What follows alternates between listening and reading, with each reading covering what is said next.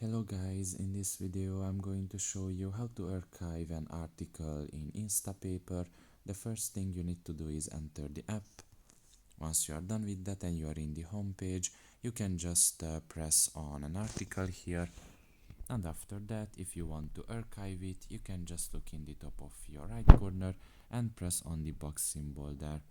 And now it's going to be archived, as you can see, and it's going to be disappeared from the home page, and you can check out in the archive section and you will find it there.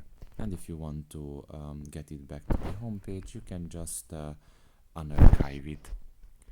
So that's pretty much it really. I hope this video was helpful to you. Thank you for listening and see you next time. Bye bye.